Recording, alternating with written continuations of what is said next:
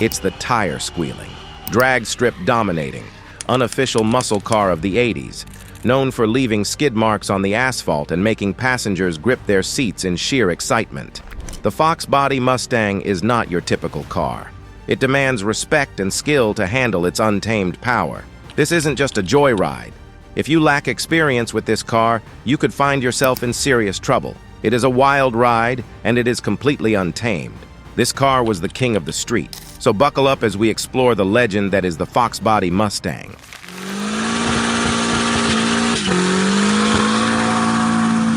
In 1983, Ford launched the thrilling third generation of the Mustang, famously known as the Fox Body Mustang, while also revitalizing another classic, the Ford Thunderbird.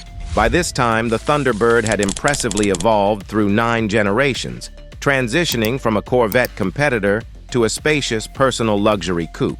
However, with European luxury cars gaining popularity in the 1980s, Ford faced a crucial challenge: reimagining the Thunderbird to compete effectively. The solution? The 9th generation Ford Thunderbird Turbo Coupe. This wasn't your grandfather's sluggish ride. It was a well-equipped, technologically advanced powerhouse that offered performance and affordability. With exciting engine options and a sleek design, the Turbo Coupe redefined American luxury and performance, setting the stage for an exhilarating era in automotive history. To achieve this ambitious goal, Ford's engineering and design teams faced a formidable task. Surprisingly, they succeeded with the introduction of the 9th generation Ford Thunderbird Turbo Coupe. Before you dismiss it as inferior to European models like Mercedes-Benz or BMW, consider this: the 1983 Thunderbird was not your grandfather's sluggish 1970s model that struggled with understeer and lackluster acceleration. Ford was transitioning its entire production line to utilize the new Fox chassis for several of its vehicles. This change began in 1980, when the Thunderbird was first moved onto this platform. However, the initial models from 1980 and 1981 did not sell as well as their predecessors, primarily due to their outdated designs that clung to mid-1970s aesthetics. Even Jack T. Mack, Ford's president of design at the time, expressed dissatisfaction with how these earlier models looked. This prompted Ford to return to the drawing board and redesign the Fox-based Thunderbirds in hopes of revitalizing sales. The new design took on a more European flair rather than adhering to traditional American styling cues. Gone was the square front end. In its place was a more rounded and aerodynamically friendly design that boasted an impressive drag coefficient of 0.35, comparable to that of a modern Mazda Miata. When launched in 1983, the Thunderbird offered buyers a choice between a 3.8-liter V6 engine producing 110 horsepower and a robust 5.0-liter V8 engine generating 140 horsepower. These were familiar power plants for Ford enthusiasts, but halfway through the model year, Ford introduced a game-changing third option: a brand new 2.3-liter single overhead cam turbocharged inline-4 engine.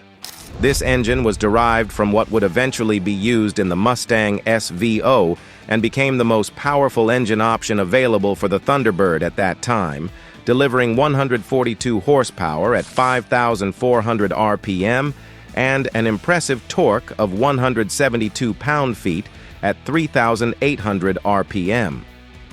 Equipped with an AIR research turbocharger and fuel injection system running at a maximum boost level of 10 psi, this turbocharged inline-4 engine offered performance that exceeded expectations for a personal luxury coupe. Buyers had the option to choose between a Borg-Warner T5 manual transmission or an automatic transmission, while all turbo models came standard with a limited slip differential. The suspension setup on the Turbo Coupe featured McPherson struts in the front and a quad-shock live axle in the rear. This innovative design included horizontally mounted shocks alongside vertical ones to enhance performance significantly. With its lightweight 4-cylinder engine up front, turbocharged Thunderbirds were more agile and responsive in turns compared to their V8 counterparts. Automotive publications quickly took notice. Rod and Track praised the Turbo Coupe as the best Thunderbird in recent years, highlighting its exemplary drivability and potential as a grand touring car. From its introduction until 1986, not much changed with the Turbo Coupes aside from minor updates such as a slight power increase to 155 horsepower and an interior redesign in 1985 that continued through production. However, it was in 1987 that significant changes revitalized the model line once again. The 1987 model year ushered in a complete facelift for the entire Thunderbird lineup. The square headlights were replaced with smoother, more aerodynamic features that enhanced both aesthetics and performance. The Turbo Coupe received additional upgrades as well. Its turbocharged engine was now outfitted with an intercooler that allowed boost levels to rise nearly to 15 psi, resulting in an impressive output of 190 horsepower for 5-speed models. Moreover, anti-lock brakes became standard on all Turbo Coupes in 1987, a significant advancement for domestic cars at that time, alongside electronic suspension control that offered drivers options between comfort-focused or handling-focused settings. This technological leap represented one of Ford's most ambitious efforts in automotive tech during this era. These enhancements dramatically improved performance. Earlier models could achieve a 0 to 60 mile-per-hour sprint in about 9.7 seconds, while completing a quarter-mile run in approximately 17 seconds. In contrast, the revamped Turbo Coupe could now accelerate from 0 to 60 miles per hour in just around 8.2 seconds and finish a quarter-mile run in about 16 seconds.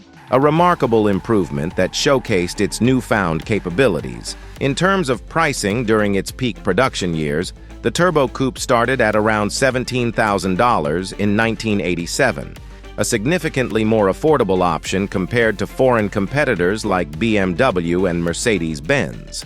For instance, while an E30 BMW 325i started at approximately $27,500 and a Toyota Supra Turbo hovered around $22,500, luxury models like the Mercedes-Benz 380 SEC commanded an astonishing $49,000 price tag. While it was well known that Mercedes vehicles were built with exceptional quality during this era, their price points made them inaccessible for many buyers seeking performance without breaking the bank. The Toyota Supra offered better performance, but came at a higher cost than the Thunderbird. Despite criticisms regarding its interior quality, often described as plasticky compared to European rivals, the Turbo Coupe provided an attractive option for those seeking an affordably priced personal luxury coupe with sporty characteristics. From its debut until production ceased in 1988, Ford sold approximately 128,000 Turbo Thunderbirds, with around half being from the more desirable final years, 1987 to 1988. Today's classic car enthusiasts view these turbocharged models as excellent entry-level options due to their affordability and ease of maintenance. Parts are readily available thanks to their shared components with other Fox chassis vehicles. As interest grows among collectors for vehicles from this era, potential buyers might also consider exploring contemporaneous models like the Lincoln Mark 7, another vehicle from this generation that some argue boasts superior aesthetics compared to the Thunderbird. If you're contemplating entering into classic car ownership or simply have an appreciation for automotive heritage from this era, both options offer unique experiences worth considering. Share your thoughts on which car you prefer. Thank you for engaging with this exploration of automotive history. Your support is invaluable.